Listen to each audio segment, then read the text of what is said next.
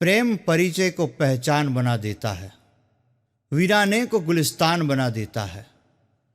प्रेम परिचय को पहचान बना देता है, वीराने को गुलिस्तान बना देता है। मैं आप बीती कह रहा हूं गैरों की नहीं, प्रेम इंसान को भगवान बना देता है। आ प्रेमनी વાત કરીને એટલે હવે હું વિચારું છું કે હવે એમાં જ આગળ ચલાવું. એક વખત એક ગુજરાતીના લગ્ન હિન્દી ભાષી યારે નક્કી થયા. એટલે એણે જે છોકરો હતો એના પપ્પાએ પૂછ્યું સામેની પાર્ટીને, વેવાઈને, આપ ક્યાં કરતે હો? એટલે જે જમાઈ હતો ને એ કે મેં સીએ હું. પછી ઓલા ભાઈએ એના પપ્પાને પૂછ્યું कि आपकी बेटी क्या करती है? बोला भाई के वो सीए हैं. तो कि आपकी पत्नी क्या करती है? तो कि वो भी सीए हैं. એટલે આણે કીધું તબ તો આપ ભી સીએ ही होंगे ना. ત્યારે ઓલા ભાઈએ ખુલાસો કર્યો કે નહીં, मैं तो सिर्फ ब्लाउज की कटिंग करता हूँ, ये तीनों सीए हैं.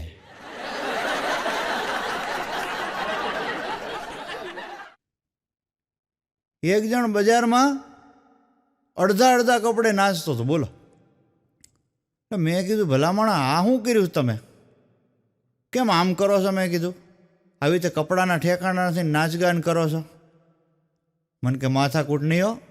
અરે મેં કીધું ભલામણો પણ બધા જોવે છે, તમે જોવો તો ખરા. મેં કીધું આમ કેમ કરો છો? એ કે હું મારો જન્મદિવસ ઉજવું છું. એક બેનપણી એક વખત બીજી બેનપણીને એના લગ્ન ઉપર એક ગિફ્ટ બોક્સ આપ્યું અને કે લે આ તારી સુહાગરાત માટે હું એક તને સરસ ગિફ્ટ આપું છું. એટલે ઓલી બેનપણીએ બોક્સ લઈ લીધું. એને એમ કે સુહાગરાત માટે આપ્યું છે, કદાચ ડ્રેસ બ્રેસ કંઈક હશે. લગ્ન થઈ ગયા, બધાએ પોતપોતાના ઘરે આવી ગયા. રાતે સુહાગરાત હતી એટલે ઓલા બેને યાદ કર્યું કે મને મારી બેનપણીએ ગિફ્ટ બોક્સ આપ્યું છે. એટલે એને ગિફ્ટ બોક્સ ઓપન કર્યું, જોયું તો અંદર કાંઈ નહીં. બોલો, ખોખું આખું ખાલી. એટલે ઓલીએ ફોન કર્યો કે તે તો મને કીધું હતું કે સુહાગરાત ઉપર હું તને ગિફ્ટ બોક્સ આપું છું, અત્યારે હું બોક્સ ખોલીને જોઉં છું તો એમાં કાંઈ નથી. એટલે ઓલી બેનપણી સામેથી કહે કે મારે તને પ્રસંગને અનુરૂપ ગિફ્ટ આપવાની હોય ને. એક હોટલમાં આગ લાગી. બોલો, ભાગી થઈ ગયો. બધા ત્યાંથી ભાગ્યા. કોઈ બીજા માળેથી કૂદી ગયા ને, કોઈ ઝડપથી દાદરો ઉતરી ગયા ને, કોઈ ગેલેરીમાંથી કૂદ્યા ને, કંઈક ખેલ થયા. એમાં એક ભાઈ તો આરામથી આવ્યો, હાઈ ક્લાસ માથું બાથું ઓળ્યું ને, બુસ્કોટ પહેર્યો ને, પાવડર લગાડ્યો ને, હાઈ ક્લાસ તૈયાર થઈને આવ્યા. આવીને મંડ્યો ડંફાસ મારવા. એ કે હું બધાય ભાગાભાગી કરો છો? એ કે આવી કે બીકણ છો? એ કે તમે બધા? એ કે આપણે જો એ કે હોટલમાં આગ લાગી તો હાઈ ક્લાસ કે માથું બાથું વળ્યું ને, બુસ્કોટ પહેર્યો ને, પાવડર લગાડ્યો ને, હાઈ ક્લાસ સેન્ટ બેન્ટ છાંટ્યું ને, એવી રીતે હું તો હાઈ ક્લાસ તૈયાર થઈને આવ્યો. ત્યાં એક જણ બોલ્યો કે એ બધું તો ઠીક છે, હવે જાઓ અંદર પાછા જાઓ હોટલમાં ને પાટલું પહેરી આવો. મૂળ વાત ભૂલી ગયો ને પાછો દોડાયો થાય છે. એક વખત પ્રોગ્રામ દેવા જતો હતો. હવે બન્યું એવું કે મારાથી માંડ પહોંચાય એમ હતું. છેલ્લી બસ હતી અને પ્રોગ્રામમાં પહોંચે છૂટકો હતો. એટલે હું તો દોડીને બસમાં ચડ્યો. જોયું તો એટલી ભીડ કે વાત ના પૂછો. હવે એમાં ભીડભાડમાં હું તો ઊભો હતો. એમાં બન્યું એવું કે બસને જોરથી બ્રેક લાગી. તો મને ખબર નહીં, એક ભાઈ બેઠા હતા એના માથે ટાલ પડી હતી. એના ટાલ ઉપર બે હાથ મુકાઈ ગયા. બોલો, એટલે મને કે ચશ્મીશ કેમ? એ કે માથા ઉપર હાથ મૂકે છે. એ કે મેં કીધું ભલા મને ખબર નહોતી, બસમાં ભીડ તો જુઓ. મેં કીધું ખબર નહોતી ને મારા હાથ તમારા ટાલ ઉપર પડી ગયો. મેં કીધું હજી અમારી આવે એની ધડ ચાલતી હતી ને, ફરીથી બ્રેક લાગી. હું અડધો એની ઉપર પડી ગયો. ટાલ બાલ બધું એનું દબાઈ ગયું. મને કે એમ કરીને માથે બેસી જા. મેં કીધું બેહી તો જાઓ ભલામણા, પણ મેં કીધું તમે તેલ એટલું બધું નાખ્યું છે કે હું લહેરી નીચે પડું, તમે પકડી રાખો તો બેહી જાઓ. એક વખત હું બસમાં જતો હતો, બસમાં દોડીને ચડ્યો. એટલી બધી ભીડ કે વાત ના પૂછો. એમાં મારાથી ભૂલથી બોલાઈ ગયું જોરથી કે આ બસ છે કે પ્રાણી સંગ્રહાલય છે, ઘેટા બકરાની જેમ માણસો ફર્યા બસમાં. ત્યાં મને કંડક્ટરે કીધું, મને કે બસ તમારા આવ્યા પહેલાં એક ગધેડાની કમી લાગતી હતી. એક અક્ષર બોલી ન હોય ગયો બોલો. એ વખત એક બસમાં એક બેન મારી બાજુમાં બેઠા, એટલે કંડક્ટર આવ્યો ટિકિટ કરતો. એટલે આ બેને કીધું કે મને સાણંદ આવે તો કહેજો. કંડક્ટર કે કાંઈ વાંધો નહીં.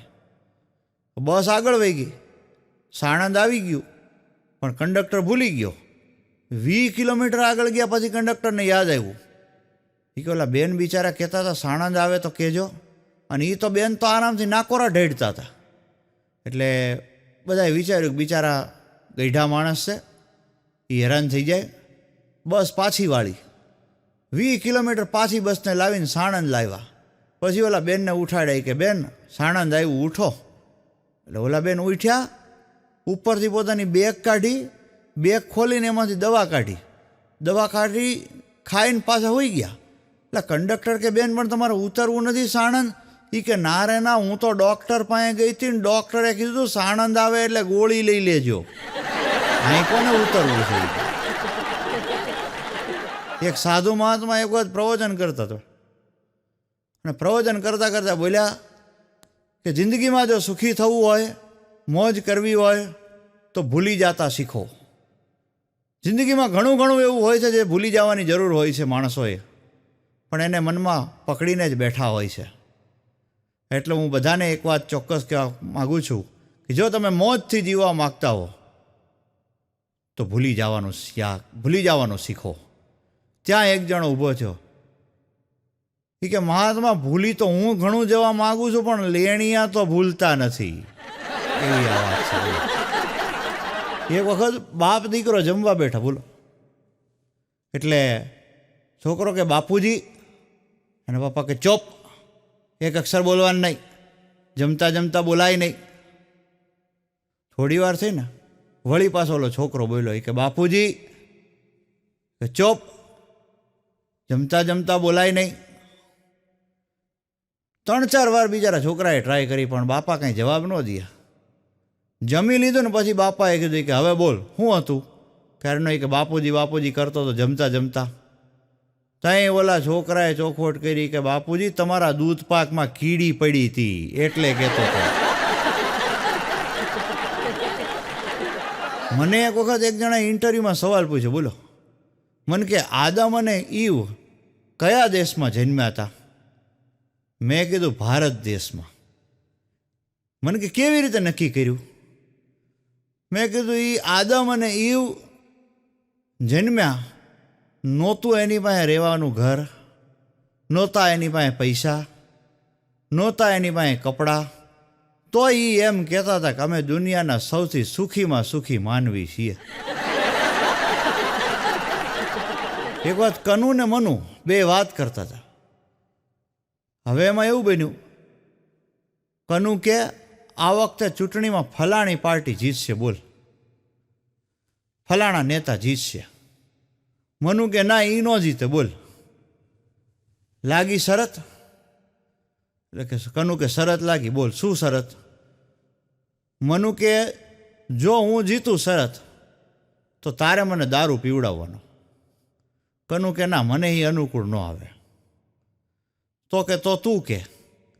કનુ કે જો હું શરત જીતું તો તારે મને 1000 રૂપિયા આપવાના, તું જીત તો હું તને 1000 રૂપિયા આપું. મનુ કે ના, એ પૈસાનો મને શોખ નથી ને પૈસા હું કોઈ પાસે લેતો નથી, એટલે એ મેળ નહીં આવે. છેલ્લે એવું નક્કી કર્યું બે ભાઈબંધોએ.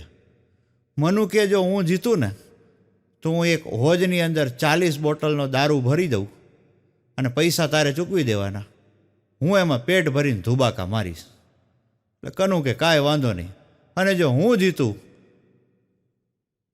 તો હોજ ભરવાના દારૂના અને પૈસા તારે ચૂકવવાના. મનુ કે કાંઈ વાંધો નહીં. હવે બન્યું એવું કે શરત મનુ જીતી ગયો, એટલે મનુ કનુને કે હાલો હોજમાં બોટલું ઠલવો. કનુ કે હાલો હોજમાં. કનુએ 40 બોટલ ઠલવી હોજમાં. મનુને કે જા હવે ધુબાકા માર.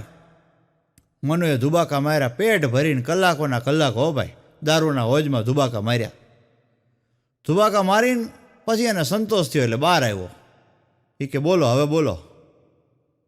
એટલે મનુ કે બસ હવે મેં આનંદ કરી લીધો, એન્જોય કરી લીધું. હવે કે તું દારૂની બોટલ બધી પાછી ભરી લે. કનુએ બધી દારૂની બોટલ ભરી, પણ કરમની કઠણાઈ એ કે 40 બોટલ એણે ઠલવી હતી. જ્યારે પાછી બધી બોટલો ભરીને ત્યારે 41 થઈ. કનુ કે આ તે જોખમ કર્યું ને. મેં એક વખત એક ભાઈને પૂછ્યું, મેં કીધું આ તમે રાતોરાત કરોડપતિ બની ગયા એવા સમાચાર છે? મને કે હા. મેં કીધું એ કેવી રીતે?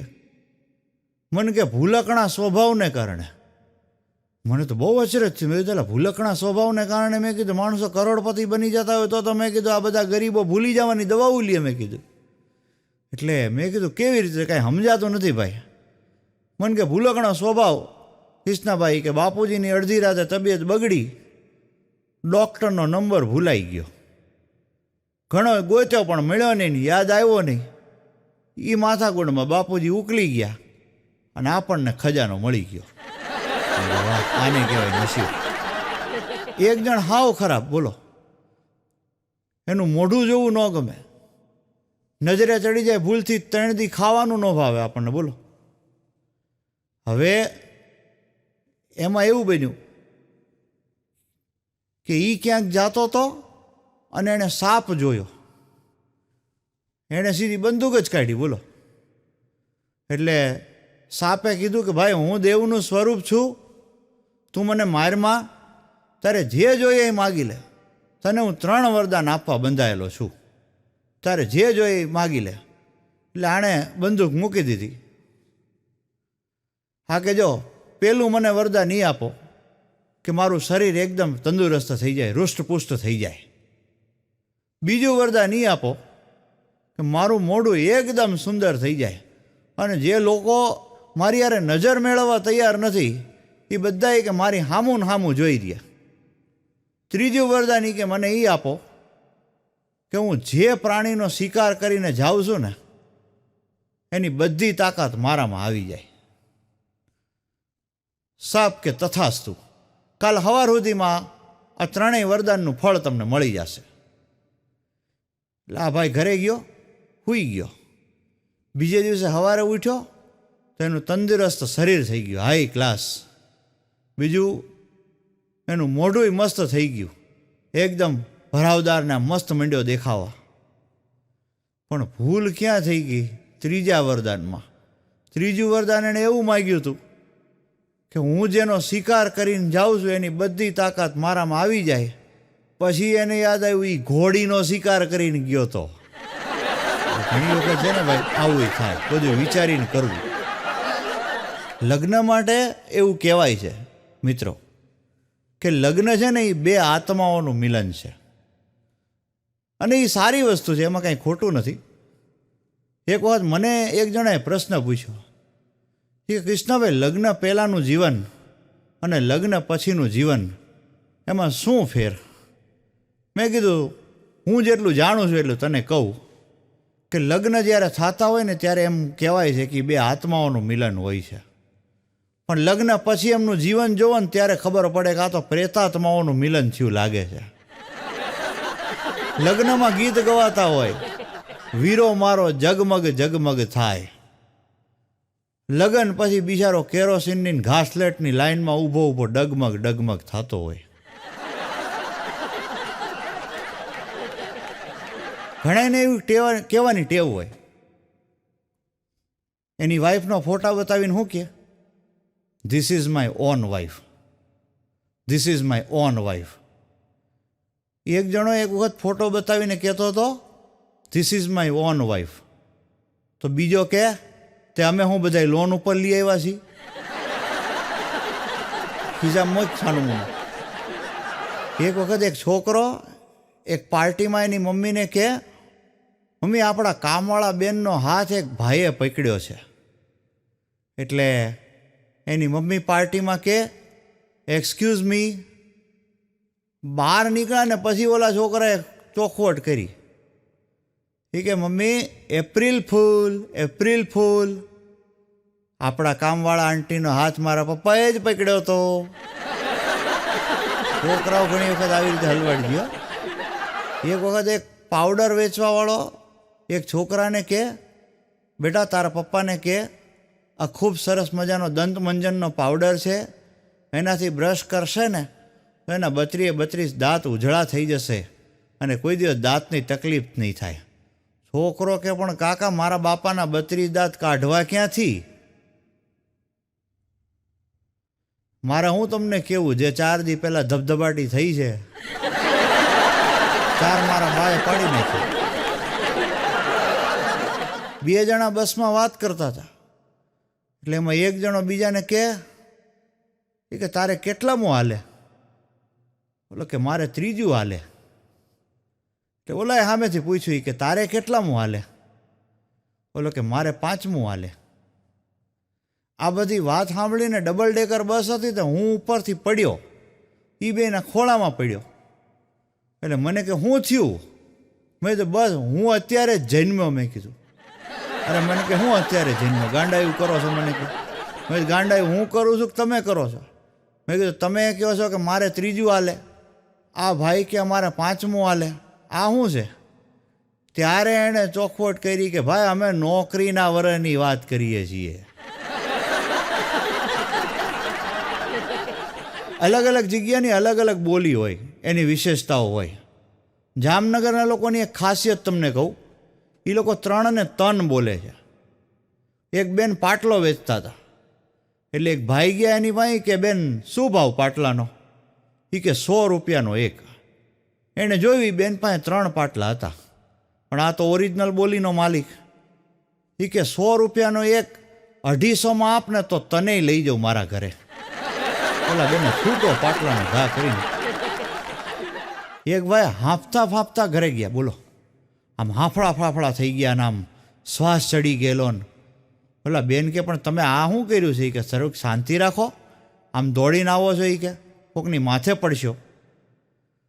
એના વાઈફને આ ભાઈ કે ગાંડી થામા 50 પૈસા બચાવ્યા એમ નથી કહેતી. 50 પૈસા બચાવ્યા એ વળી કેવી રીતે? એ કે બસની લાઈનમાં ઊભો તો બસ આવી નહીં તો હું લાઈનની બહાર નીકળ્યો, થોડી વાર આઘો ગયો તો બસ આવી, પણ મારું ધ્યાન નહીં, ઉપડવાની તૈયારી હતી, ત્યાં ધ્યાન પડ્યું તો હું કે બસની પાછળ દોડ્યો, એવો દોડ્યો કે દોડતો દોડતો ઘરે આવી ગયો. 50 પૈસા ટિકિટના બચી ન ગયા કહેવાય.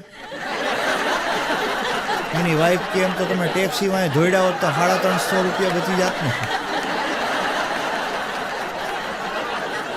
મારી આગળની સીટમાં એક વખત 2 છોકરા બેઠા હતા. બોલો હવે એટલે હું ટોકીઝની વાત કરું છું, બસની નહીં. તો ટોકીઝમાં હું બેઠો હતો, મારી આગળ 2 છોકરા બેઠા હતા. હવે 2 છોકરા હાવ નાના નાના ટાબરિયા. એમાં બન્યું એવું કે સીન એવો આવ્યો પિક્ચરમાં કે હીરોએ હિરોઈનને લાફો મારી દીધો. તો એક છોકરો બીજા છોકરાને કે હમણાં હિરોઈન કે હિરોઈન પાછો હામો લાફો મારશે ને નહીં? એ કે તને કેમ ખબર? ખરેખર એવું જ બન્યું. ઓલીએ લાફો મારી દીધો એટલે આ ફરીથી બોલ્યો કે હવે કે હીરો સેટી નીચે હંતાઈ જાય ને નહીં? ખરેખર એવું બન્યું. હીરો સેટી નીચે હંતાઈ ગયો. એટલે ઓલાએ કીધું કે તે આ પિક્ચર નક્કી જોયું લાગે છે. કે ના રે ના. તો કે તને આ બધી કેવી રીતે ખબર પડી? એ કે કાલે આ જ સીન આપણા ઘરમાં નહોતો બન્યો, તું કેમ ભૂલી ગયો? 2 બેનપણીઓ ભેગી થઈ. બોલો એટલે એક બેનપણી કે કાં જમના તારો વર જેલમાંથી ભાગી ગયો ને કાં? તો આ જમના કે એનો ક્યાંય ટાંટીઓ ટકેશ, તારે હું હજી એને જેલમાં રાખવો તો? એક ભાઈ મને કે કૃષ્ણભાઈ મને એમ થાય છે કે હું ઘર સળગાવી નાખું. એટલે મેં કીધું કેમ એવું કેમ વિચાર આવે તને કે હું ઘર સળગાવી નાખું? કે મારી પત્ની યારે ઝઘડો થયો. એટલે મેં કીધું ઝઘડા તો પતિ પત્નીમાં થતા હોય ભલા માણે, એમાં ઘર થોડું બાળી નાખવાનું હોય. મેં કીધું પણ મેં કીધું ઝઘડો હેમાંથી થયો? મેં કીધું આપણે મને મનમાં એમ કે આપણે કંઈક સમાધાન કરાવીએ એમ. એટલે કે ઝઘડો એમાંથી થયો, એણે કે પ્રાઇમસ હળગાવવાનું કીધું અને મેં ના પાડી કે મેં એમ કીધું હું નહીં હળગાવી શકું, એમાંથી ઝઘડો થયો. અરે મેં કીધું મૂર્ખ માણસ, તું પ્રાઇમસ હળગાવી નથી એક તો ઘર હેનો હળગાવી શકવાનો હતો. એક જણો એક વાત ફૂલ પી ગયો બોલો. અને તમે જોજો જે માણસ પી જાય ને એને ઘણીવાર બોલવાનું ભાન ન રહે, વધારે પડતું ઘણીવાર બોલે. એક જણો પીને એની બૈરીને કહે, એલી તને એક વાત કહું? ઓલી કે હા હા કયો કયો. એ કે તું કહેતી હો તો આકાશમાંથી ચાંદ તારા તોડી લાવું. એની બૈરી કે 5 મિનિટ પહેલાં વેફરનું પડીકું તોડવું તું એ નહોતા તોડી શકતા, એના માટે મને 3 આંટા મરાવ્યા અને ચાંદ તારા તોડવાની ક્યાં વાતું કરો? તોય ઓલો હજી મૂકતો નથી. એ કે મારે મુંબઈ જવું છે અને તાજ હોટલ ખરીદવી છે. એની બૈરી એનો નહોતો પીધો, એ તો હોશમાં હતી. એ કે પણ તમે તાજ હોટલ ત્યારે જ ખરીદી શકો ને જ્યારે મુમતાજ વેચે. મુમતાજને વેચવી નથી, તમે ક્યાંથી ખરીદી શકવાના? એક બેને એક વખત એના પતિને ફોન કર્યો ઓફિસે. એ કે જાનુ તમે ક્યાં છો? આ કે હું તો ઓફિસમાં છું. પણ એ કે તે કોઈ દી નહીં ને આજે ફોન કરીને કેમ પૂછ્યું કે તમે ક્યાં છો? હું તો રોજ ઓફિસ આવું છું. એ કે આપણા બાજુવાળા શાંતિભાઈ ખરા ને એની છોકરી કોકારે ભાગી ગઈ હમણાં, એટલે મને એમ થયું કે મારે તમારું એડ્રેસ લઈ લેવું જોઈએ. આવો વિશ્વાસ બોલો એને એના પતિ ઉપર. એક વખત એક શિક્ષકે રણછોડને પૂછ્યું.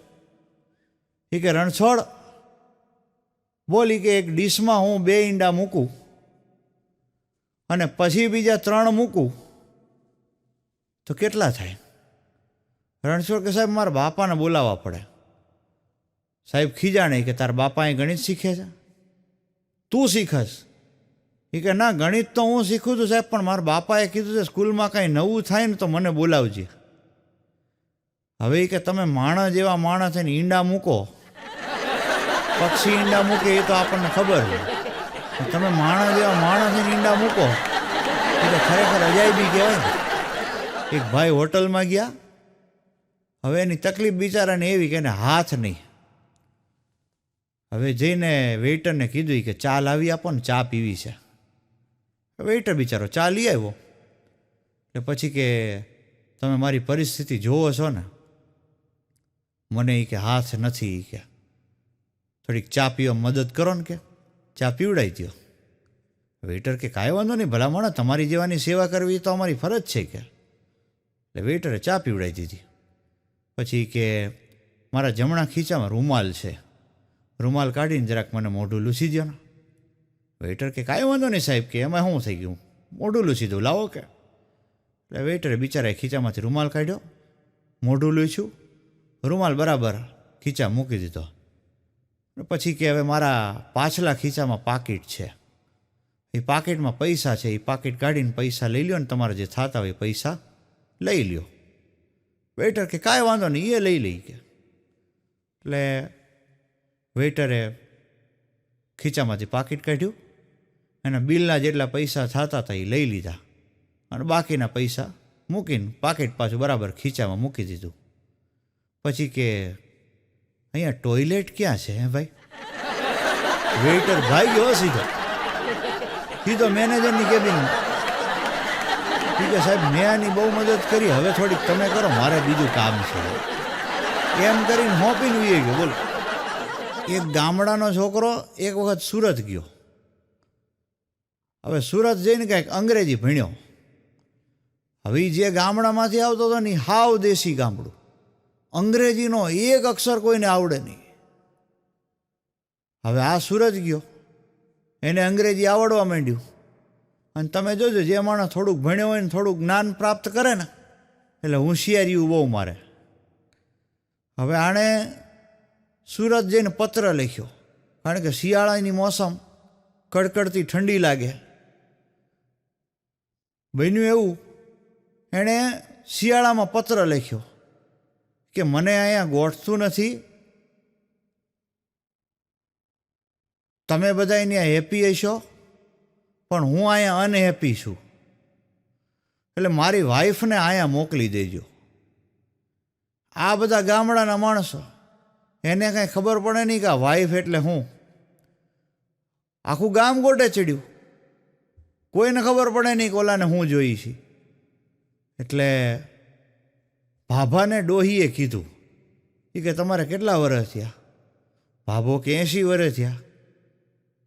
ડોહી કે તમારા બધા 80 પાણીમાં ગયા. કેમ?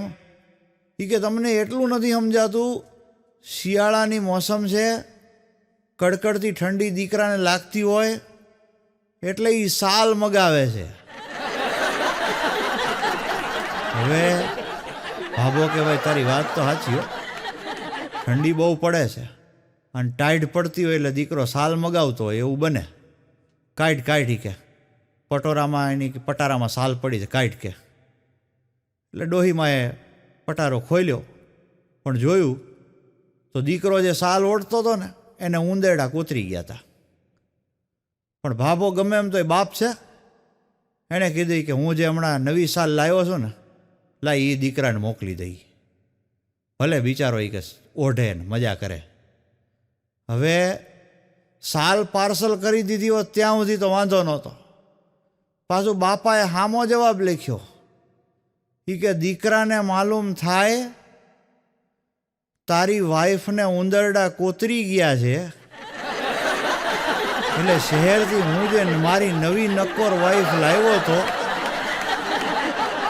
એ તને પાર્સલ કરી છે. અને બીજું, અત્યારે એનાથી કામ ચલાવજે, થોડાક ટાઈમ પછી હું પાછો શહેરમાં જઈશ એટલે તારા માટે બીજી સસ્તી ને સારી વાઈફ લાવીને એ તને પાર્સલ કરી દઈશ. हाँ, हर सर झुक जाए उसी को मंदिर कहते हैं, जिसमें हर नदी समा जाए उसी को समंदर कहते हैं, जहां हर सर झुक जाए उसी को मंदिर कहते हैं, जिसमें हर नदी समा जाए उसी को समंदर कहते हैं. ये जीवन तो एक कर्म युद्ध है बेटा, जो हर जंग को जीत जाए उसी को सिकंदर कहते हैं, उसी को सिकंदर कहते हैं. આજે એમબી ફિલ્મ્સના માધ્યમથી આપ સૌને મળવાનો એક સુનહેરો અવસર પ્રાપ્ત થયો છે મિત્રો. આ સુનહેરો અવસર પ્રાપ્ત થવાથી આ નાચીજ કલાકારને કંઈક આવી લાગણી થાય છે. એક વખત એક માટીના થેલાને કોઈકે પૂછ્યું કે થેલા, તારી અંદર તો માટી ભરેલી છે, તો તારી માટીમાં આ ગુલાબની મહેક ક્યાંથી આવવા માંડી?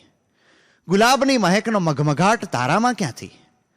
આ સાંભળી અને માટીનો થેલો જવાબ આપે છે કે જો ખરેખર મારામાં ગુલાબના ફૂલોનો મઘમઘાટ દેખાતો હોય, ગુલાબની મહેકને મહેસૂસ કરી શકાતી હોય ને, તો નક્કી મને કોકે ગુલાબના ક્યારામાં ફેંકી દીધો હશે. આજે આ નાચીજ કલાકારને આપની સમક્ષ ઉપસ્થિત થઈને કંઈક આવી જ લાગણી થાય છે મિત્રો. મારા હાસ્યપ્રિય શ્રોતાઓને કૃષ્ણા ઠાકરના પ્રેમ ભર્યા નમસ્કાર. આવી લાગણી કેમ થાય છે એનો પણ જવાબ મારી પાસે છે મિત્રો. હું એવું માનું છું મિત્રો કે यूं तो रब की हर जगह बात होती है, यूं तो रब की हर जगह बात होती है, लेकिन गुजरात वासियों के संपर्क में रब से हर दिन मुलाकात होती है. जहां देखो जात पात के बखेड़े हैं, जहां देखो जात पात के बखेड़े हैं, लेकिन गुजरात वासियों के दिल में कलाकारों के लिए सिर्फ रहमतों की बरसात होती है. આપ સૌને આજે હસાવવા માટે હું એક નાચીજ કલાકાર કૃષ્ણા ઠાકર આપની સમક્ષ ઉપસ્થિત થયો છું. કહેવાય છે મિત્રો કે શબ્દ એક એવું બાણ છે કે જે જો ધારે ને એવા પરિણામ ઊભા કરી શકતું હોય છે. અને એટલા માટે જ એક કવિ એમ કહે છે કે શબ્દ સંભાળ કર બોલીએ, શબ્દ કો હાથ નહીં પાઉં, શબ્દ સંભાળ કર બોલીએ, શબ્દ કો હાથ નહીં પાઓ, એક શબ્દ ઔષધ કરે, એક શબ્દ કરે ઘાવ. ક્યારેક કોઈક સજ્જન માણસ આવી અને એક શબ્દ જો સારો કહી જાય ને તો માણસને જાણે વાગેલા ઉપર કોકે મલહમ લગાડ્યો હોય એવી લાગણી થતી હોય છે.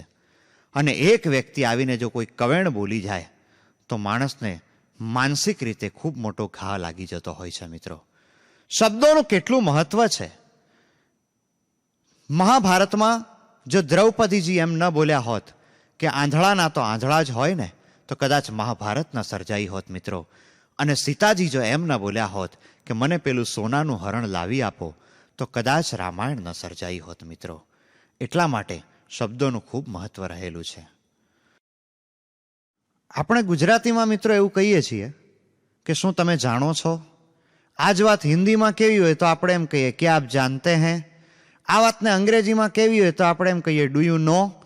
પણ દરેક ભાષાની કોઈક ને કોઈક વિશેષતા રહેલી છે. મિત્રો, મદ્રાસી લોકો એવું કહેતા હોય છે તેરી માં. આપણે એમ કેવું હોય તમે જાણો છો તો મદ્રાસી લોકો એમ બોલે તેરી માં. એવી રીતે એક વખત એક વ્યક્તિ તાજમહાલ જોવા ગયેલો હશે. હવે મદ્રાસી જાણતો હતો અને ત્યાં એક આપણો ગુજરાતી વ્યક્તિ હતો. હવે મદ્રાસીએ ગુજરાતીને પૂછ્યું તાજમહાલ તેરી માં. બિચારો એમ પૂછવા માંગતો હતો તમે તાજમહાલ જાણો છો? પણ આપણા ગુજરાતીને તો આવી કંઈ ખબર નહીં. એણે સીધો એમ જ જવાબ આપ્યો કે ના, કુતુબ મિનાર તારો બાપ. એક વખત બોમ્બેમાં મેં એક ભાઈને પૂછ્યું, મેં કીધું ભાઈ તમારી દ્રષ્ટિએ દેશના સારામાં સારા નાગરિક કોણ? તો મને કે વાણિયા. મેં કીધું કેવી રીતે? મને કે સામે શું લખ્યું છે વાંચો મને કે. એટલે મેં સામે લખ્યું તો એ વાંચ્યું કે ઇસ દેશ કે સબસે અચ્છે નાગરિક બનીએ. એક વખત એક ભાઈ બોમ્બે ગયા. હવે એ ગુજરાતી, એને બીજી કાંઈ ખબર પડતી નહોતી. એટલે એણે એક ફૂલ ગજરા વેચવાવાળી એક બેનને કીધું તુંય નવરી અને હુંય નવરો. ઓલા બેને ઉપાડીને ઝાપટ જ મારી દીધી સીધી.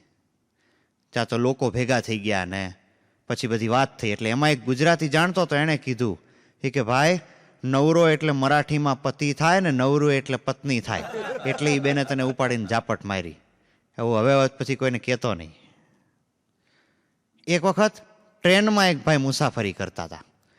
મુસાફરી કરતા હતા એમાં ઉપરથી નીચે પડી ગયા. નીચે પડ્યા ને તો એક બેન ઉપર પડ્યા. એટલે પેલા બેન હતા એમણે કીધું કે કાંઈ ઝાલા, મરાઠીમાં કીધું કાંઈ ઝાલા. આપણા ગુજરાતી ભાઈ કહે કાંઈ ઝાલ્યું નહોતું ને એમાં જ પડી ગયું. એક વખત આપણા એક ગુજરાતીને કોઈક મરાઠીએ કીધું છે કૂટે કૂટે. એટલે આપણા ગુજરાતી ક્યાં કે અમારે જ્યાં મરી જાય ને ત્યારે બધાય કૂટે. એક વખત આપણા કેટલાક બે ચાર ગુજરાતી ભાઈઓ બોમ્બે ગયા. એટલે બોમ્બે એમને ચોપાટી ઉપર ફરવા જવું હતું. એટલે એમણે એક જણને પૂછ્યું કે ભાઈ ચોપાટી પે જાના હો તો कैसे जा सकते हैं? એટલે પેલા મરાઠી હતા, એ ગુજરાતી નહોતા જાણતા પણ હિન્દી જાણતા હતા. એટલે એણે જવાબ આપ્યો કે આપ બાંદ્રા હો કે ચલના. હવે આ દેશી ગુજરાતી કાંઈ લાંબી ખબર પડતી નહોતી. એટલે એ તો મંડ્યા બધા વાંદરાની જેમ મંડ્યા ગુલાટિયા મારી મારીને મંડ્યા ચાલવા. ત્યાં કોઈક ગુજરાતી મળ્યો કે આ શું કરો છો? એ કે અમારે જૂ ચોપાટીએ જવું છે ને એક ભાઈને પૂછ્યું તો એણે એમ કીધું બાંદ્રા હો કે ચલે. એટલે એ કે અમે બધા વાંદરા થઈને જાય છીએ. પછી ઓલા ભાઈએ ચોખવટ કરી કે બાંદ્રા હો કે ચલે મતલબ બાંદ્રા સ્ટેશનનું નામ છે. આવી રીતે વાંદરા થઈને ગુલાટા મારતા મારતા કેદી પહોંચ્યો તમે? આ ભાષાની મજા છે મિત્રો. અને અંગ્રેજીએ જે ઉપાડો લીધો છે આજકાલના જમાનામાં મિત્રો. આજકાલના 80 વર્ષના એક માજીને ગામડામાં મેં પૂછ્યું, મેં કીધું શું માજી મારા દાદા ઘરે છે? હવે સાવ ગામડાના માજી. મને કે યછ બેટા યછ. મેં કીધું માજી આના કરતા હા પાડી દીધી હોત તો ક્યાં વાંધો હતો. મેં કીધું પણ અત્યારે ભાષાની એટલી બધી બોલબાલા છે મિત્રો. ભાષા એ જીવનમાં જરૂરી છે પણ આજકાલ લોકો અંગ્રેજી માટે એટલા બધા ગાંડા થઈ ગયા છે. આ બધાને હું આ કેસેટ દ્વારા એટલી જ કહેવા માગું છું મિત્રો કે ગુજરાતી એ આપણી માતૃભાષા છે અને અંગ્રેજી એ પારકી ભાષા છે. ગુજરાતી એ આપણી માનું દૂધ છે અને અંગ્રેજી એ પાવડરનું દૂધ છે મિત્રો. એટલા માટે જ કહેવાનું મન થાય છે કે સ્કર્ટ મીડી પહેરેલી માસી માટે આપણી આ માતા, સાડી પહેરેલી માતાને તમે લાત ન મારશો મિત્રો. થોડી બાળકો વિશેની પણ આપણે વાત લઈએ. બાળકો બહુ અઘરા હોય છે આજકાલના મિત્રો. એક વખત એક છોકરાએ એના પપ્પાને પ્રશ્ન પૂછ્યો. એ કે પપ્પા, એવડો મોટો હું ક્યારે થઈ જઈશ કે જ્યારે હું મારી મરજી મુજબ ઘરેથી નીકળું અને મન ઠીક પડે ત્યારે પાછો આવું? એના પપ્પા કે બેટા, એવડો મોટો તો હજી હું નથી થયો. મારે તારી મમ્મી કહે ત્યારે ઘરેથી નીકળવું પડે અને એ કહે ત્યારે ઘરે પાછા આવતા રહેવું પડે. એક વખત એક ભાઈએ એના છોકરાને ઉપાડીને ઝાપટ મારી, કારણ કે છોકરો બહુ તોફાન કરતો હતો.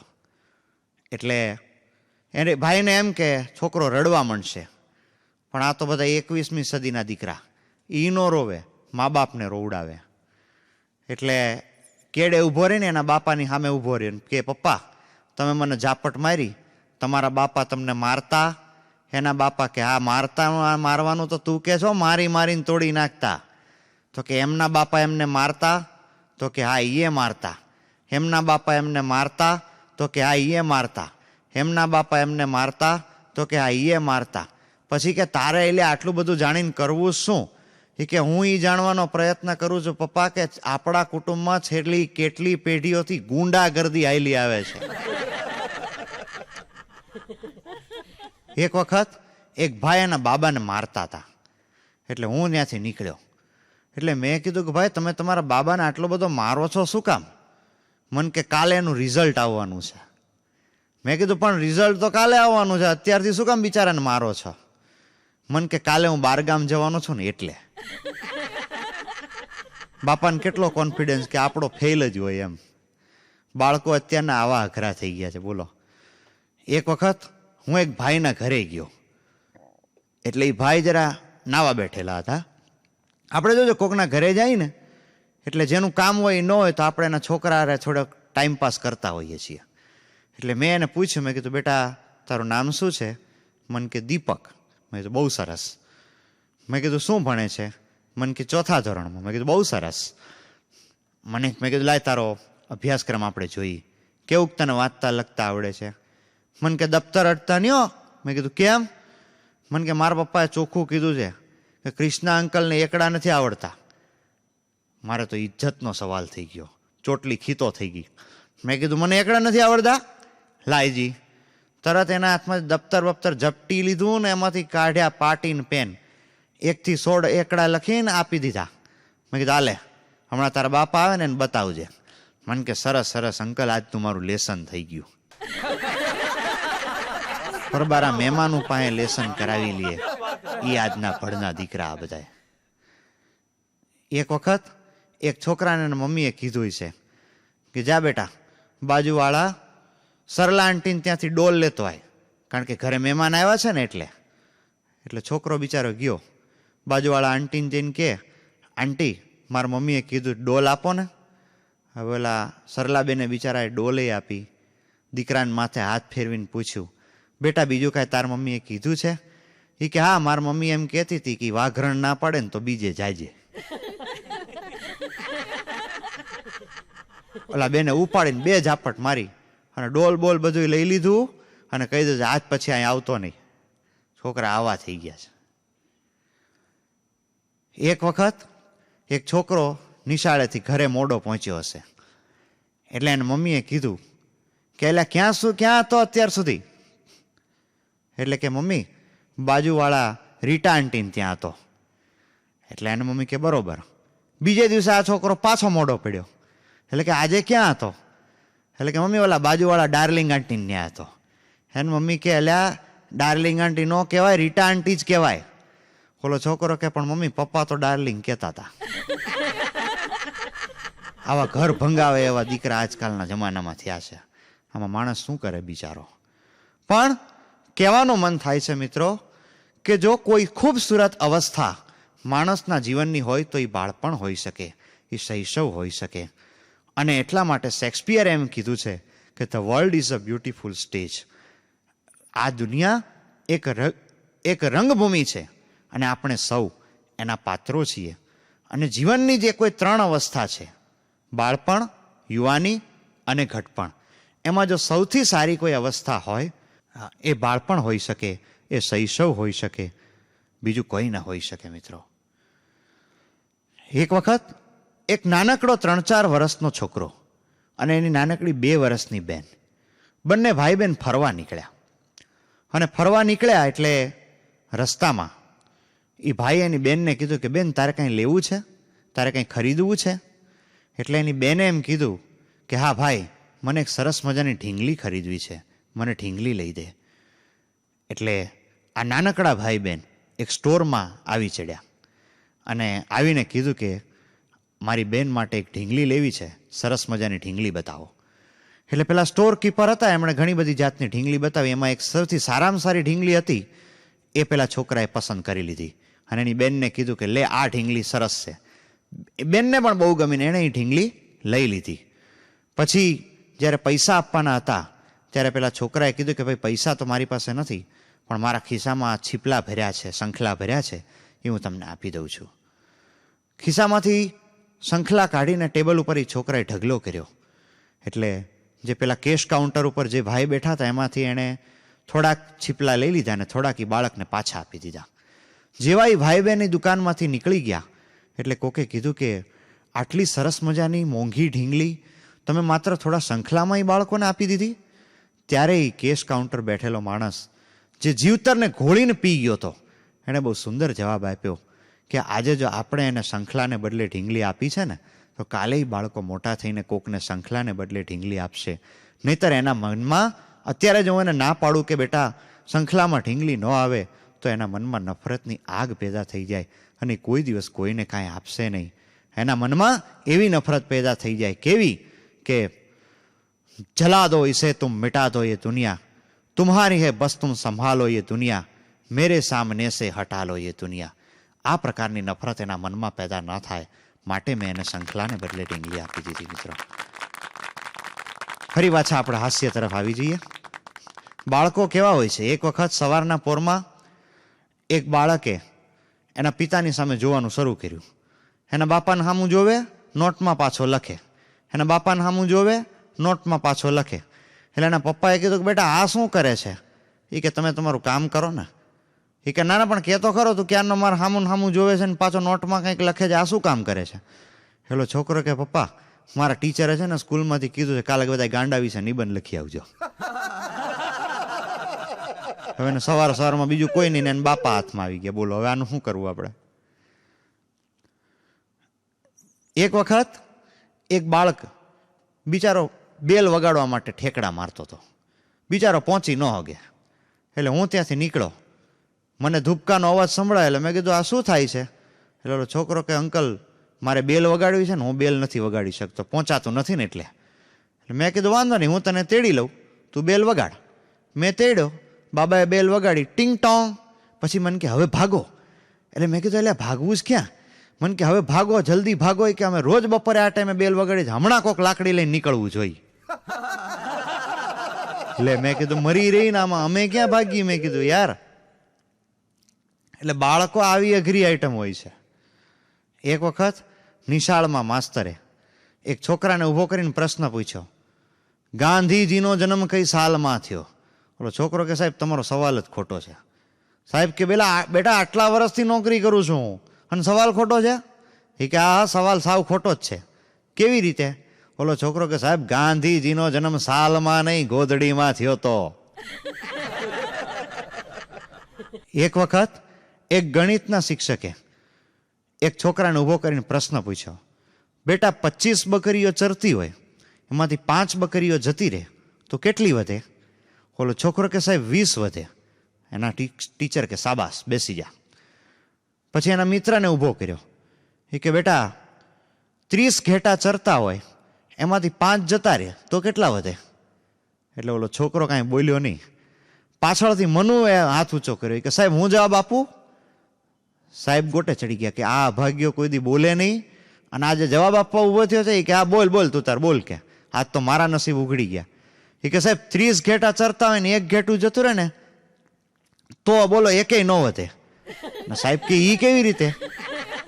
એ કે સાહેબ 30 ઘેટા ચરતા હોય ને એમાંથી એક જાય ને એટલે બધા એના પાછળ પાછળ જતા જ રહ્યા. કારણ કે તમે છે ને ગણિત જાણો છો, વાત સાચી છે, પણ ઘેટાનો સ્વભાવ નથી જાણતા. બાળકો આવી અઘરી આઈટમ. એક વખત એક ગણિત શિક્ષકે એક છોકરાને પ્રશ્ન પૂછ્યો કે બેટા રેખા અને બિંદુમાં શું ફેર? ઓલા છોકરાએ કીધું કે સાહેબ બહુ સરળ જવાબ છે. તો કે શું? તો કે રેખા હિરોઈન છે અને બિંદુ વિલન છે. આવા અઘરા છોકરાઓ થઈ ગયા છે. એક વખત એક શિક્ષકે એક છોકરાને પ્રશ્ન પૂછ્યો કે બોલ બેટા એવું કોઈક વાક્ય બનાવ કે જેમાં ભૂતકાળ પણ આવી જાય, વર્તમાન પણ આવી જાય અને ભવિષ્ય પણ આવી જાય. તો ઓલો છોકરો કે સાહેબ બનાવી દઉં, બોલ કે. એટલે ઓલા છોકરાએ જવાબ આપ્યો 100 સાલ પહેલે મુझे तुमसे प्यार था, आज भी है और कल भी रहेगा. આવા અઘરા છોકરાઓ આજકાલના થઈ ગયા છે.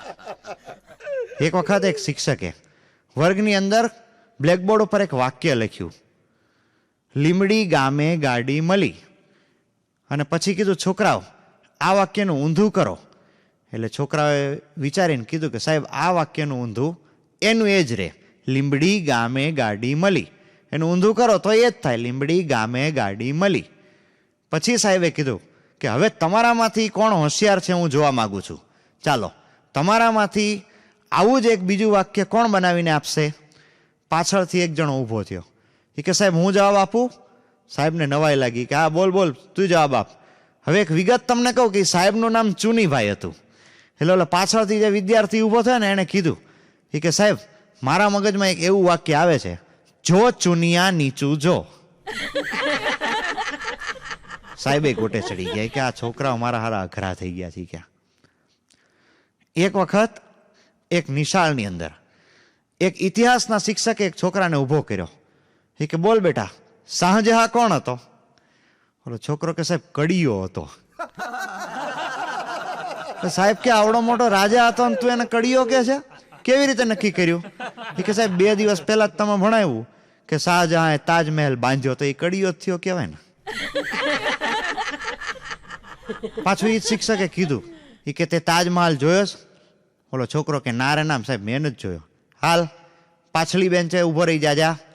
ઓલો છોકરો કે સાહેબ મને શું ખબર હતી પાછલી બેન્ચે ઊભો રહીશ તો મને દેખાવા મળશે. એક વખત એક શિક્ષિકા વિજ્ઞાનની ભણાવતી હતી એટલે છોકરાઓને શરીરના અંગો વિશે એણે પ્રશ્ન પૂછવાનું શરૂ કર્યું. એક છોકરાને ઊભો કરી કે બોલ બેટા આપણને ભગવાને આંખ શેના માટે આપી છે?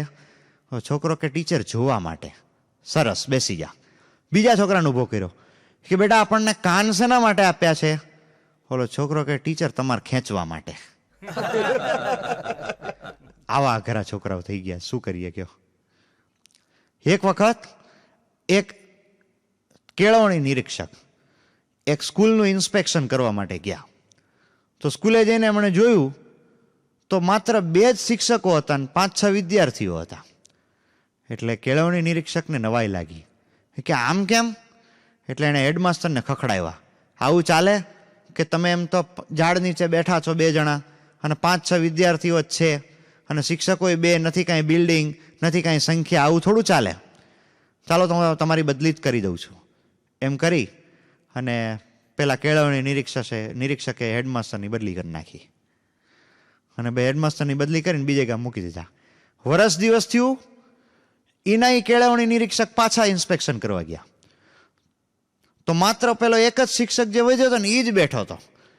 એટલે ઓલા કેળવણી નિરીક્ષક ખીજાણા કે આ શું છે? કે ગયા વર્ષે કે હું આવ્યો ત્યારે તો હજી 5-6 છોકરાઓ હતા અને આજે તો એ નથી, આમ કેમ? એટલે ઓલો શિક્ષક હતો ને એણે કીધું કે સાહેબ ગયા વર્ષે તમે આવ્યા ને એ હેડમાસ્ટરની સાથે તમે મને જોયો હતો ત્યારે એ ટાઈમે જે 5-6 છોકરા હતા એ હેડમાસ્ટરના જ હતા, બાકી આ ગામમાં કોણ ભણવા આવે છે? અને તમે બદલી કરીને ઓલા શિક્ષકને ઓલા હેડમાસ્ટરને મોકલી દીધા એટલે હવે તો ઓલા છોકરા એની ભેગા લેતા ગયા, હવે તો અહીં કોઈ આવતું જ નથી કે. એક વખત એક કેળવણી નિરીક્ષક નિશાળમાં તપાસ કરવા માટે ગયા અને તપાસ કરવા માટે ગયા એટલે એમને એવું થયું કે ચાલો વર્ગની હાલત કેવી છે, છોકરાઓ કેટલું ભણ્યા છે ને કેટલું શીખ્યા છે, હું જરા ચેક કરું. એટલે એક ભાષાના વર્ગમાં ગયા. જઈને એમણે પહેલો પ્રશ્ન પૂછ્યો કે બોલો છોકરાઓ, શિવધનુષ કોણે તોડ્યું? એટલે કોઈ બોલે નહીં, આખા ક્લાસમાં હોપો પડી ગયો. ફરીથી કીધું કે ભાઈ સંભળાય છે, શિવધનુષ કોણે તોડ્યું? ફરીથી કોઈ બોલ્યું નહીં. પેલી બેન્ચે એક મનુ બેઠો હતો, એણે ઊભો કર્યો હેડમાસ્ટરે પરાણે. એ કે હાલ ઊભો થા મનુ, શિવધનુષ કોણે તોડ્યું? ત્યાં તો ઓલો મનુ રોવા માંડ્યો. એ કે સાહેબ મેં નથી તોડ્યું. એટલે કેળવણી નિરીક્ષકે સીધો વર્ગ શિક્ષકનો ઉધડો લીધો કે તમે શું ભણાવો છો? આ એક પ્રશ્ન હું પૂછું છું, શિવધનુષ કોણે તોડ્યું? અને તમારા વર્ગનો એકેય વિદ્યાર્થી જવાબ આપતો નથી. તમારા વર્ગના એક વિદ્યાર્થીને હું પરાણે ઊભો કરીને પૂછું છું કે છે સાહેબ મેં નથી તોડ્યું. તમે શું કહેવા માંગો છો આ બાબતે? એટલે વર્ગ શિક્ષકે કે સાહેબ મારા વર્ગમાં છે ને સૌથી ડાયામ ડાયો છોકરો હોય ને તો એ મનુ છે, એ કોઈ દી શિવધનુષ ન તોડે. ત્યાં તો કેળવણી નિરીક્ષણની ચોટલી ખીતો થઈ ગઈ. સીધા એ હેડમાસ્ટરની ઓફિસમાં જ પહોંચી ગયા અને પ્રિન્સિપાલને જઈને કહે આ કેવી તમારી સ્કૂલ છે ને કેવું શૈક્ષણિક કાર્ય થાય છે અહીંયા. તમારી સ્કૂલમાં હું એક વર્ગમાં ગયો, એક છોકરાને ઊભો કરીને પૂછ્યું શિવધનુષ કોણે તોડ્યું?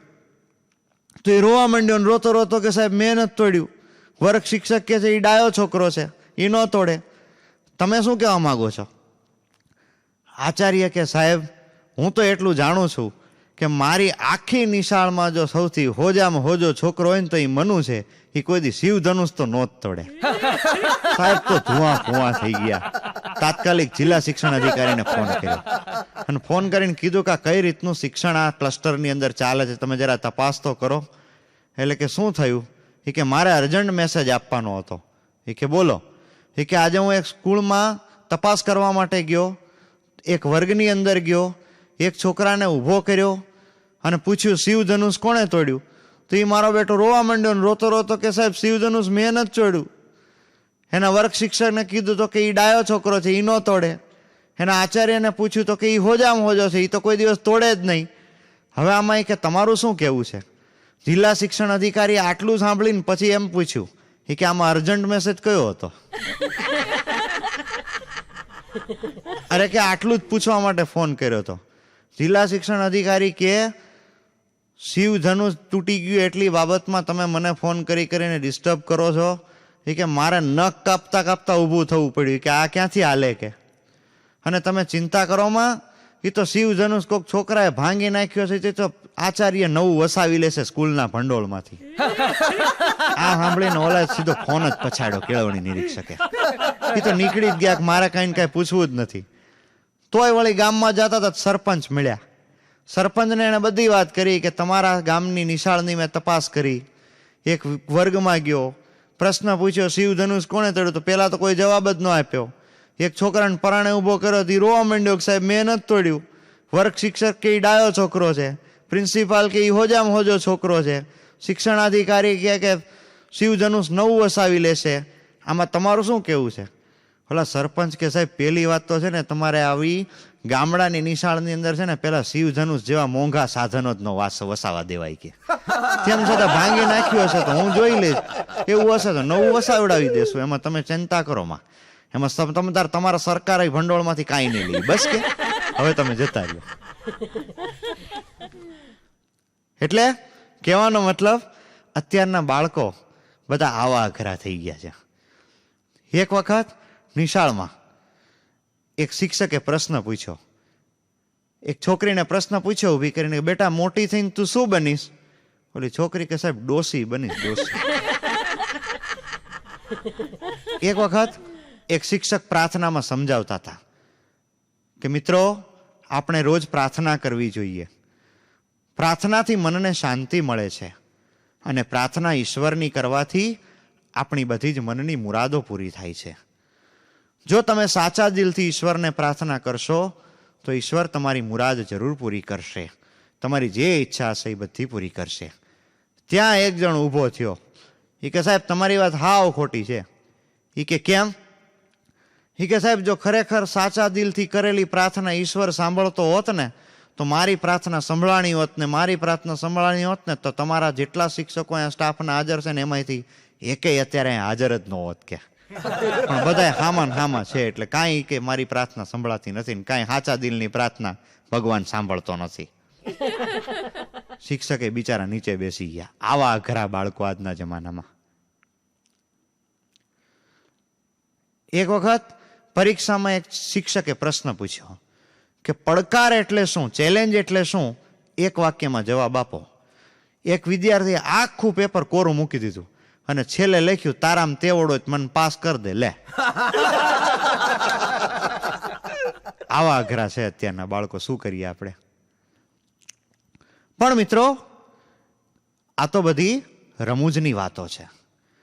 એક કવિએ બહુ સરસ લખ્યું છે કે આ ધરતી પર અવતરનાર દરેક બાળક એક પ્રભુએ લખેલો પ્રેમ પત્ર છે. મિત્રો, હજી ઈશ્વર આપણને પ્રેમ કરે છે, માટે સુંદર બાળકો પેદા થાય છે. મિત્રો, એક બહુ સુંદર મજાની વાત આપ સૌને કહેવા માંગુ છું. એક વખત એક રાજ્યની અંદર ખૂબ ભણેલા અને ખૂબ હોશિયાર પણ ખૂબ વિનમ્ર એવા એક પંડિત રહેતા હતા. હવે પંડિતને લેશ માત્ર પોતાની વિદ્યાનું અભિમાન ન હતું, પણ એ રાજાને પોતાના રાજપાઠનું, પોતાની ધન દોલતનું ખૂબ અભિમાન હતું અને એટલા માટે કોઈની પ્રશંસા સહન નહોતા કરી શકતા. એક વખત એ રાજાએ આ પંડિત વિશે સાંભળ્યું એટલે રાજાનું અભિમાન ઘવાયું. તાત્કાલિક એણે એના સૈનિકોને હુકમ કર્યો કે પંડિતને મારી સમક્ષ હાજર કરો. પંડિતને બોલાવવામાં આવ્યા. રાજાએ કીધું કે મેં સાંભળ્યું છે કે તમે ખૂબ વિદ્વાન છો, ખૂબ વિનમ્ર છો, લોકો તમારા ખૂબ વખાણ કરે છે. જો આ વાત સાચી હોય તો મારા મગજમાં કેટલાક પ્રશ્નો છે. તમે એનો પ્રશ્નનો મને જવાબ શોધી આપો તો હું તમને મારા રાજ્ય પંડિત તરીકે સ્વીકારવા તૈયાર છું. પંડિતે કીધું, બહુ વિવેકથી કીધું કે જહાંપનાહ, તમે હુકમ તો કરો, હું ચોક્કસ પ્રયત્ન કરીશ. એટલે રાજાએ કીધું કે મારો પહેલો પ્રશ્ન છે કે આ દુનિયામાં ભગવાન છે તો દેખાતા કેમ નથી? ફરીથી હું રિપીટ કરું છું, આ દુનિયામાં ભગવાન છે તો દેખાતા કેમ નથી? અને બીજો પ્રશ્ન કે ભગવાનનું મોઢું કઈ દિશામાં છે? આઈ રિપીટ, ભગવાનનું મોઢું કઈ દિશામાં છે? એટલે પંડિતે ખૂબ વિચાર કરીને કીધું કે રાજાજી, તમે મને જો થોડી મોહલત આપો તો આ પ્રશ્નોના જવાબ શોધી કાઢું. રાજા કે કંઈ વાંધો નહીં, હું તમને 2 અઠવાડિયાની મોહલત આપું છું. 2 અઠવાડિયા પછી ફરીથી આપણે આ જ રાજ દરબારમાં મળીશું. પંડિત કે કંઈ વાંધો નહીં. પંડિત પોતાના ઘરે જતા રહ્યા. એમણે ખૂબ વિચાર કર્યો પણ આ પ્રશ્નના જવાબ ન મળે. પણ આ પંડિતને એક રૂપના અંબાર જેવી અને બુદ્ધિશાળી એક સુંદર દીકરી હતી. એટલે એ દીકરી સમજી ગઈ કે પપ્પા કંઈક મૂંઝવણમાં છે, કંઈક તકલીફ છે. એટલે દીકરીએ પોતાના પપ્પાને કીધું કે પપ્પા, છેલ્લા કેટલાક દિવસોથી હું જોઉં છું તમે ખૂબ મૂંઝાયેલા રહો છો, આવું કેમ છે? એટલે પંડિતે કીધું કે બેટા, 2 અઠવાડિયાનો મોહલત પૂરી થાય એટલે મારે રાજ્ય દરબારમાં ઉપસ્થિત થવાનું છે અને રાજાએ પૂછેલા પ્રશ્નોના જવાબ આપવાના છે અને હજી હું આ પ્રશ્નોના જવાબ નથી મેળવી શકતો. એટલે દીકરીએ કીધું કે પપ્પા, તમે સવાલ મને ના કહી શકો? એટલે પંડિતે કીધું કે હા, હું તને કહું. પ્રશ્નો કંઈક આવા છે. પ્રશ્ન 1, આ દુનિયામાં ભગવાન છે તો દેખાતા કેમ નથી? પ્રશ્ન 2, ભગવાનનું મોઢું કઈ દિશામાં છે? આ સાંભળી પેલી દીકરીએ કહ્યું કે બસ આટલી જ વાત છે? આટલા જ પ્રશ્નો છે? એટલે પંડિતે કીધું હા બેટા, પ્રશ્નો તો આવા જ છે.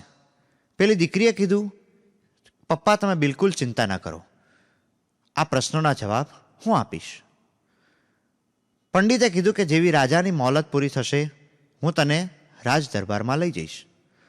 પણ 2 અઠવાડિયાનો સમય પૂરો થયો. રાજા ઉપસ્થિત થયા અને પંડિત અને એની દીકરી પણ ઉપસ્થિત થયા. પંડિતે કીધું કે જહાંપનાહ, હું તમારી એક રજા લેવા માંગુ છું. મારી દીકરી તમારા પ્રશ્નોના જવાબ આપશે. રાજા કે કંઈ વાંધો નહીં. રાજાએ તરત કીધું કે બોલ બેટા, આ દુનિયામાં ભગવાન છે તો દેખાતા કેમ નથી? પેલી દીકરીએ કીધું કે રાજાજી, તમે એક ચૂલો મંગાવો. રાજાને નવાઈ લાગી. એણે કીધું બેટા, હું તને એક પ્રશ્ન પૂછું છું કે આ દુનિયામાં ભગવાન છે તો દેખાતા કેમ નથી? પેલી દીકરીએ કીધું કે રાજાજી, જો તમારે આ પ્રશ્નનો ઉત્તર જોઈતો જ હોય તો તમે એક ચૂલો મગાવો. રાજાએ ચૂલો મગાવ્યો અને ચૂલાની ઉપર પછી પેલી દીકરીએ કીધું કે હવે દૂધ મગાવો. રાજાએ કીધું કંઈ વાંધો નહીં. રાજાએ દૂધ મગાવ્યું, ચૂલો મગાવ્યો અને પછી પેલી દીકરીએ કીધું કે રાજાજી, આ દૂધમાં માખણ છે તો દેખાતું કેમ નથી? આ પ્રશ્નનો સાંભળી અને રાજા પણ વિચારમાં પડી ગયો. રાજાએ તરત કીધું કે બેટા, આ દૂધમાં માખણ છે પણ એ ન દેખાય. પછી પેલી દીકરીએ કીધું કે હવે આ દૂધને ચૂલા ઉપર મૂકી ચૂલો સળગાવી આ દૂધને ગરમ કરો. રાજાએ પેલી દીકરીએ કીધું એમ કર્યું. ચૂલો સળગાવ્યો, દૂધ ઉપર મૂકી દૂધને ગરમ કરવામાં આવ્યું અને પછી પેલું માખણ, મલાઈ આ બધું જ દેખાવા લાગ્યું. પછી પેલી દીકરીએ કીધું કે રાજાજી, ભગવાનનું પણ કંઈક આવું જ છે. આપણે દૂધમાં માખણ છે એ જોવું હોય તો ચૂલો મગાવવો પડે, ચૂલો સળગાવવો પડે, એના ઉપર દૂધ મૂકી દૂધને ગરમ કરવું પડે, પછી આપણને માખણ દેખાય. એવી જ રીતે ભગવાનને આપણે જોવા હોય તો એના માટે પણ આપણે ભક્તિ કરવી પડે, પ્રાર્થના કરવી પડે, સાધના કરવી પડે, ત્યારે આપણને ભગવાન દેખાતા હોય છે. એ સિવાય ક્યારેય ભગવાન આપણને મળતા હોતા નથી. આ જવાબ સાંભળી રાજા ખૂબ ખુશ થઈ ગયો. પછી રાજાએ કીધું કે બોલ બેટા, હવે બીજો પ્રશ્ન, ભગવાનનું મોઢું કઈ દિશામાં છે? ત્યારે પેલી દીકરીએ કીધું કે રાજાજી, એક સરસ મજાનો દીવો મગાવો. રાજાએ એક દીવો મગાવ્યો. કીધું કે આ દીવાને સળગાવો. અને જ્યારે દીપ પ્રાગટ્ય કરવામાં આવ્યું ત્યારે પેલી દીકરીએ કીધું કે રાજાજી, આ દીવાનું મોઢું કઈ દિશામાં છે? ત્યારે રાજાએ કીધું કે દીવાનું મોઢું 10 દિશામાં છે. તો પેલી છોકરી કે બસ, ભગવાનનું પણ મોઢું 10 દિશામાં છે. આ સાંભળી અને રાજા અત્યંત ખુશ થઈ ગયો અને પેલા પંડિતને કીધું કે માત્ર તમે જ નહીં પણ તમારી દીકરી પણ તમારા જેટલી જ હોશિયાર છે અને આજથી હું તમને રાજ્ય પંડિત તરીકે સ્વીકાર કરું છું. મિત્રો, બાળકોની બુદ્ધિ કંઈક આવી હોય છે. આનો એક સુંદર નમૂનો તમારી સમક્ષ મેં રજૂ કર્યો છે. ફરી પાછા આપણે થોડી હાસ્યની વાતો લેવા માંડીએ. મિત્રો, આજકાલના જમાનામાં પ્રેમની કમી દેખાય છે.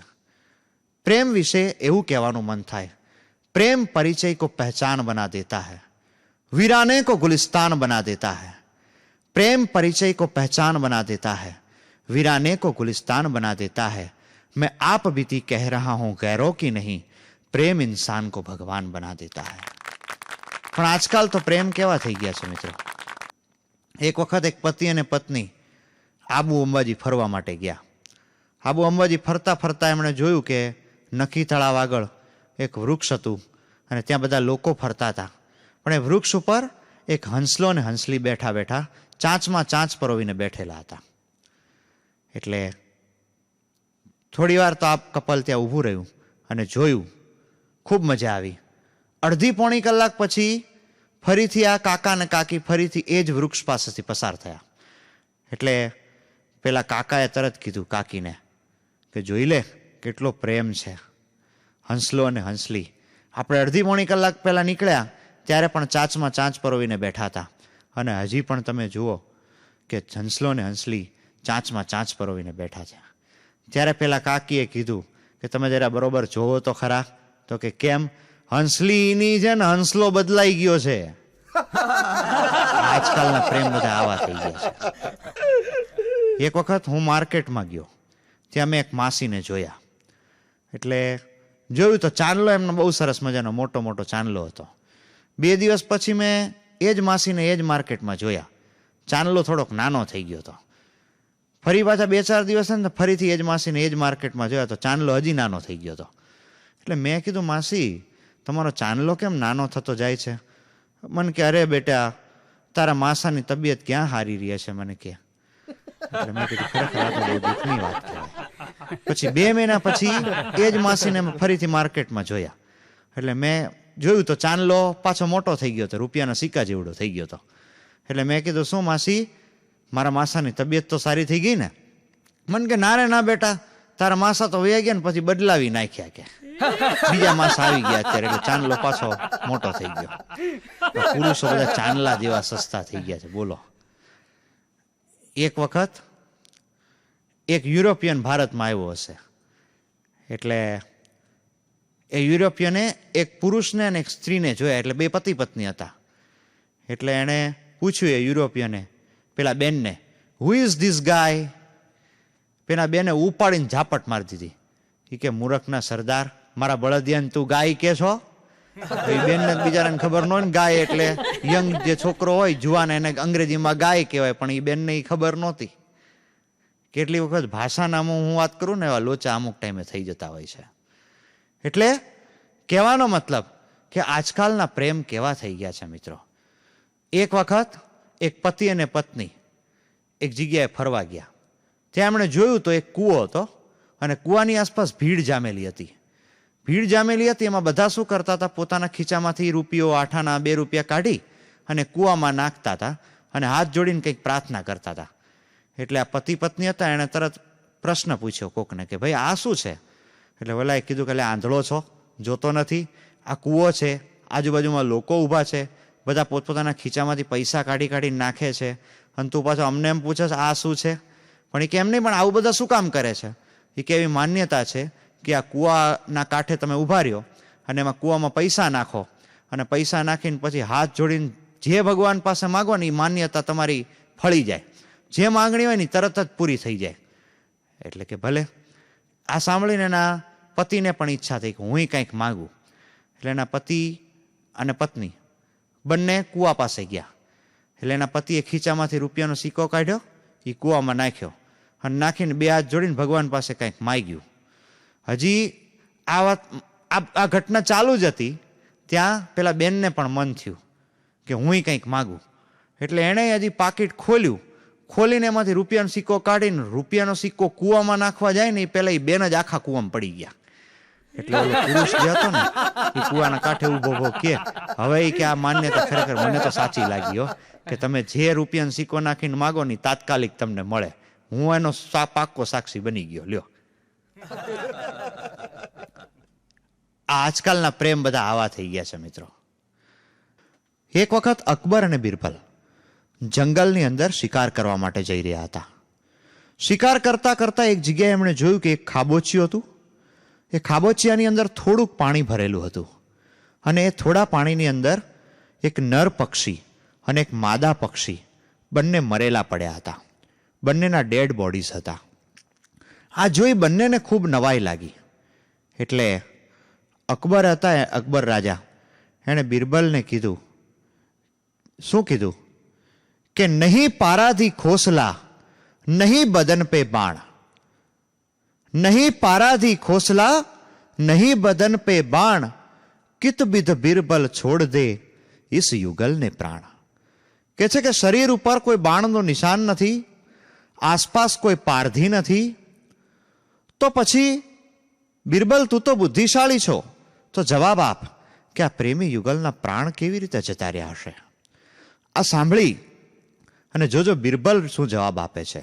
બુદ્ધિશાળી બિરબલ અકબરને કહે છે કે નીર થોડો પણ નેહ ઘણો, નીર થોડો પણ નેહ ઘણો, તન દોથે એક પ્રાણ, તું પી કહત હી દોનો ને છોડે પ્રાણ. કહે છે કે નીર થોડો, પાણી ખૂબ થોડું હતું, પણ પ્રેમ અખૂટ હતો, પ્રેમની કોઈ સીમા નહોતી, અને એટલા માટે હે અકબર રાજા, તું પીને જીવી જા, તું પીને જીવી જા, એમ એકબીજાને કહીને આ પ્રેમી યુગલે એકબીજાના પ્રાણ છોડી દીધા. મિત્રો, આ એક પ્રેમનું બહુ સરસ મજાનું ઉદાહરણ છે મિત્રો. બાકી આજકાલ હવે આવા પ્રેમ રહ્યા નથી મિત્રો.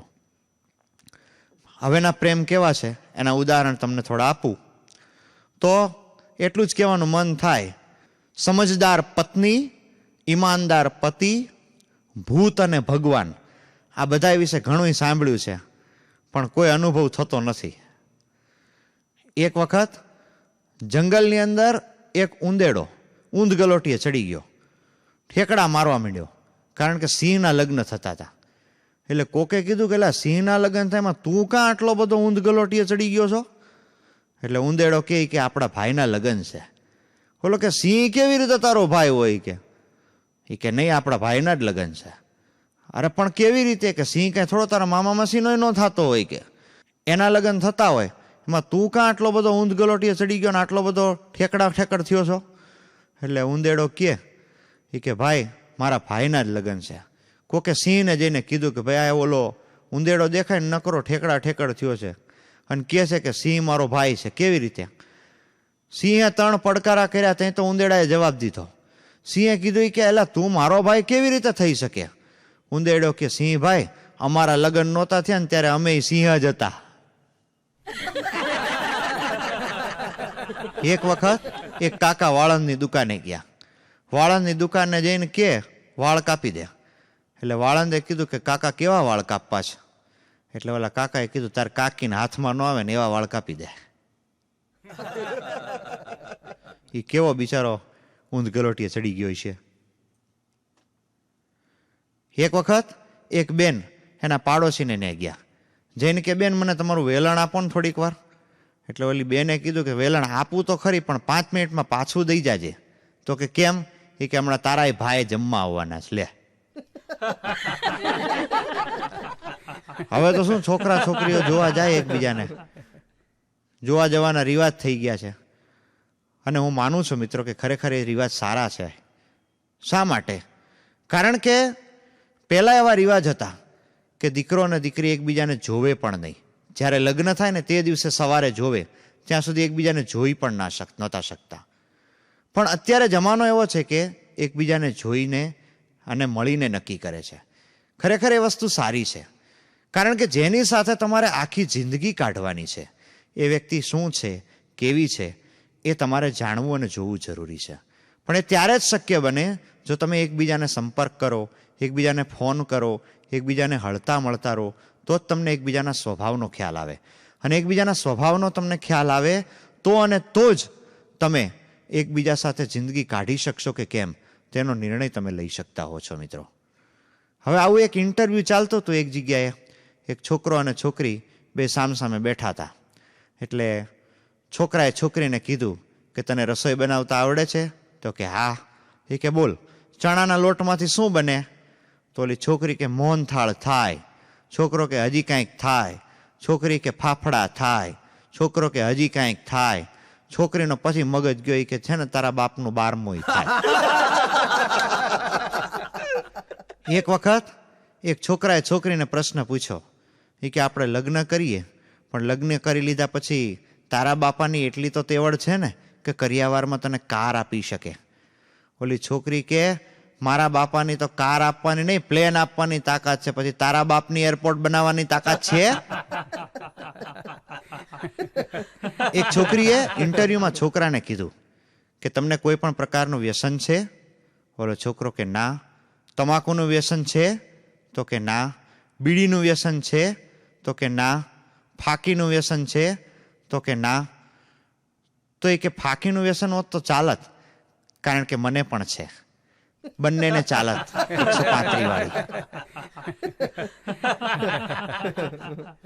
એક વખત એક ભાઈએ એના પત્નીને કીધું કે હું કેટલો હિંમત વાળો કહેવાવ કે મેં તને જોઈ નહોતી તોય મેં તારી સાથે લગ્ન કરી લીધા. એટલે બૈરી કે હિંમત વાળી તો હું કહેવાવ, મેં તમને જોયા હતા ને તોય મેં તમારી હારે લગ્ન કર્યા. એક વખત એક ભાઈએ એના પત્નીને કીધું કે ઓલો છોકરો છે ને એ કે તારી હામું જ જોયા જોઈ કરે છે. તને ખબર છે એ શું કામ તારી હામું જોવે છે? ઓલી છોકરી કે ના. એ કે ભંગાર વાળો છે એટલે. એક બેને એના પતિને કીધું કે ઓલો જો પેલા મારી હામું જોવે છે પછી તમારું હામું જોવે છે, મારી હામું જોવે છે પછી તમારું હામું જોવે છે, આમ કેમ? એટલે ઓલા ભાઈએ કીધું કે મને જ ખબર પડે છે આમ કેમ કરે છે. એ કે કેમ? એ કે પેલા તારી હામું જોવે છે પછી મારી હામું જોવે છે, એટલે આ એનો એક ઈશારો છે ક્યાંથી આ મુદ્દામાલ ઉપાડી આવ્યા છો આવો.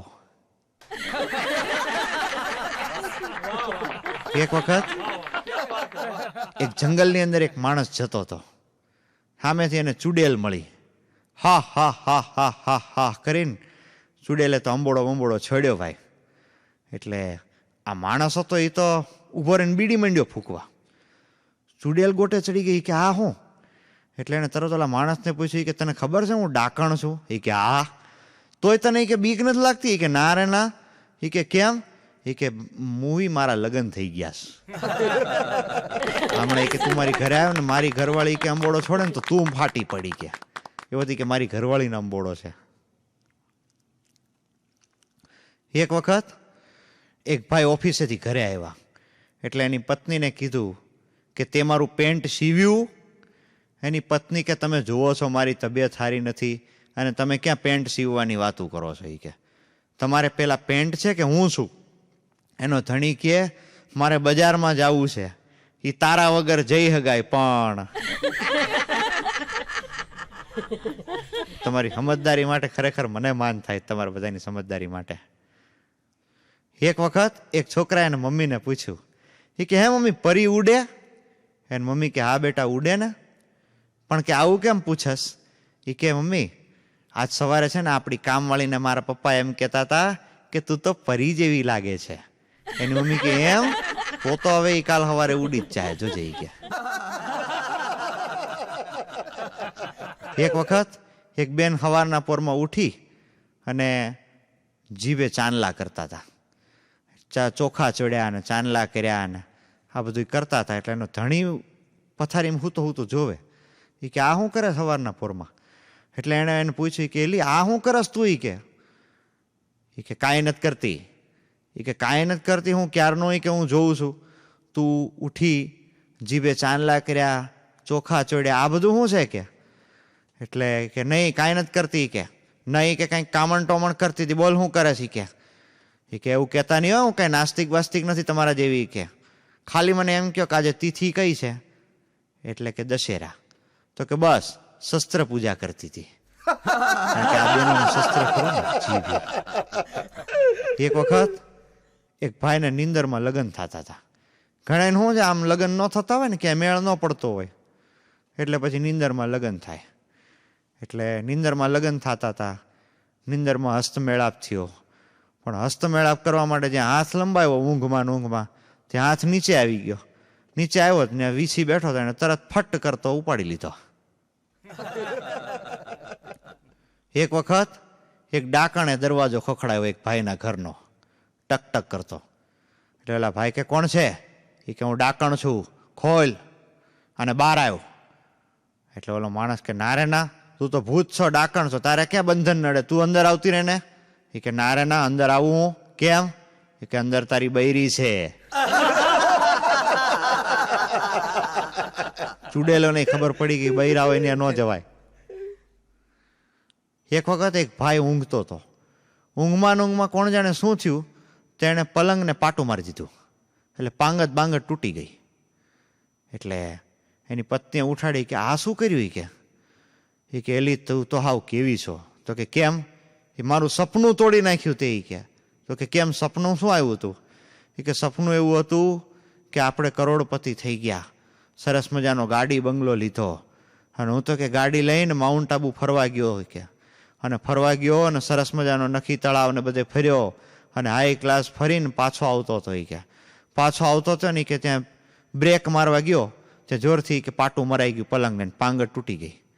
એની બૈરી કહે તમે ગાડી લીધી, કરોડપતિ થઈ ગયા, પછી ગાડી લઈને માઉન્ટ આબુ ફરવા ગયા તો કે આગલી સીટમાં તમારી યારે હું બેઠી હતી ને. બોલો કે ના રે ના. એ કે ત્યાં પછી તમે બીજા લગ્ન કરી લીધા હતા. બૈરી ઘર મૂકીને જતી રહી કે તઈ હું કારણ વગરની 20 વર્ષથી આ ઉઘાડ પગારે મરી છું ને. કે એટલે સપનાએ છે ને ઘર ને ભર ને બધું તહેસ મહેસ કરી નાખ્યું ઓલા ભાઈનું.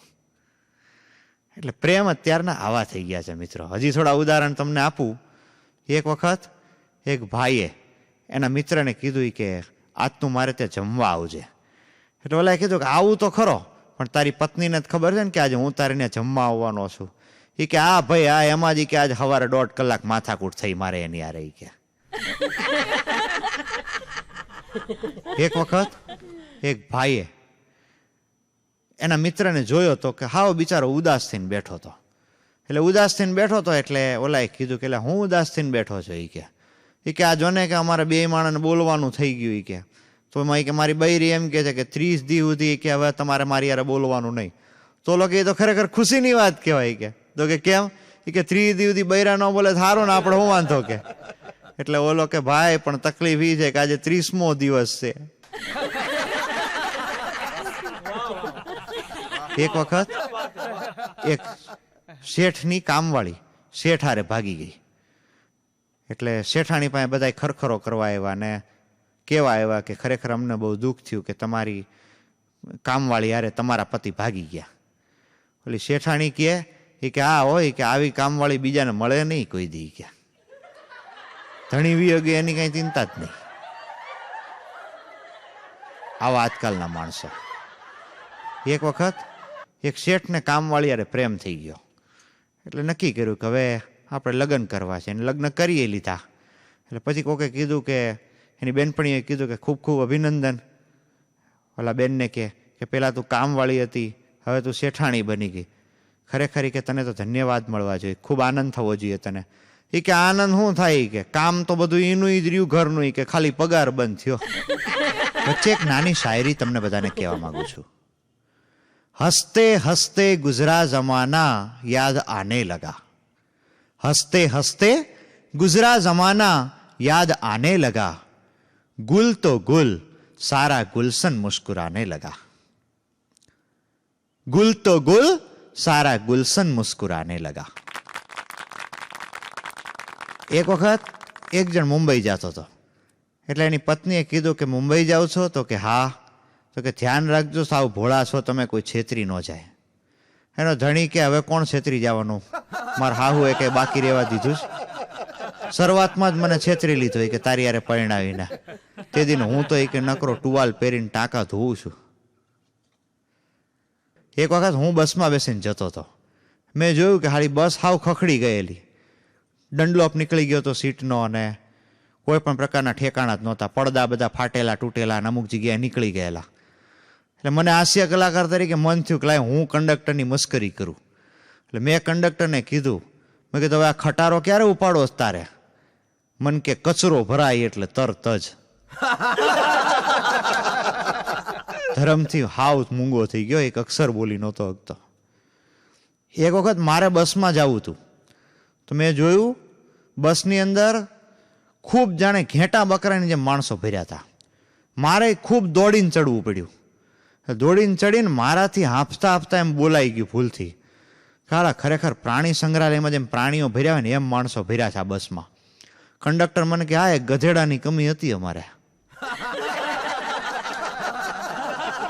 એક વખત એક ભાઈ આખા ગામમાં કલરે રમીને ધૂળેટીના દિવસે ઘરે આવ્યા. જોયું તો એના પત્ની ચટક મટક તૈયાર થઈને જાતા હતા. એટલે ઓલાએ કીધું કે આ કઈ બાજુ ઉપડ્યા?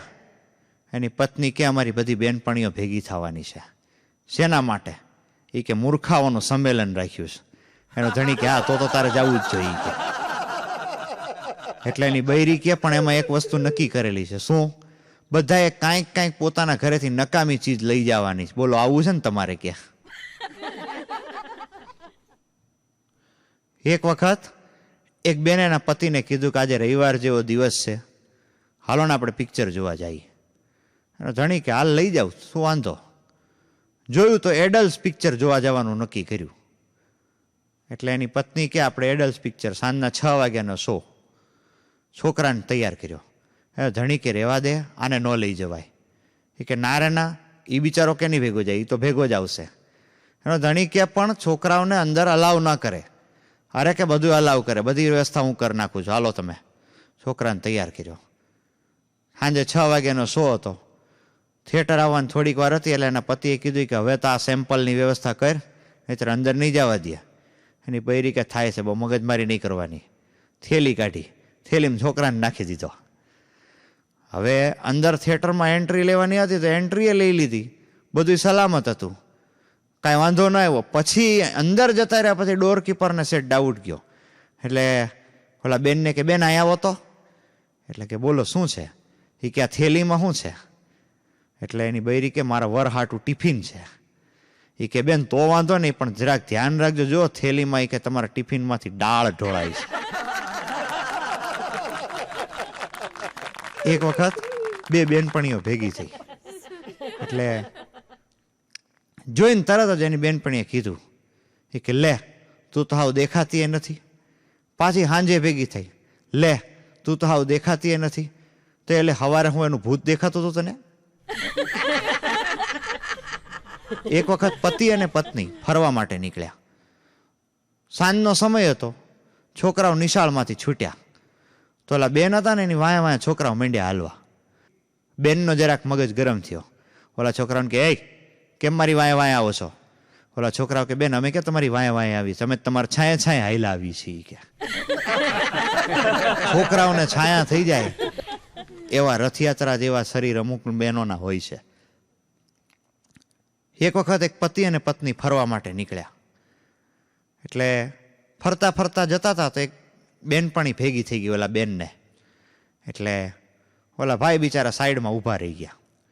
એટલે ઓલા બેને બે બેનપણીઓએ સરસ રીતે એકબીજા સાથે વાત કરી અને વાત કરતા કરતા એણે જોયું તો આ ભાઈ બાજુમાં ઊભા હતા. એટલે ઓલા બેનપણી જે હતા એ આવ્યા, આ ભાઈને માથામાં ગલગલિયા કર્યા, ગાલ ઉપર ટાપલી મારી અને એની બૈરીને કે આ તારો મોટો ને. એટલે ઓલા ભાઈએ કીધું કે હા હું મોટો, મારાથી નાના બધાય કરે છે. આ અમુક ટાઈમે આવું થઈ જતું હોય છે મિત્રો.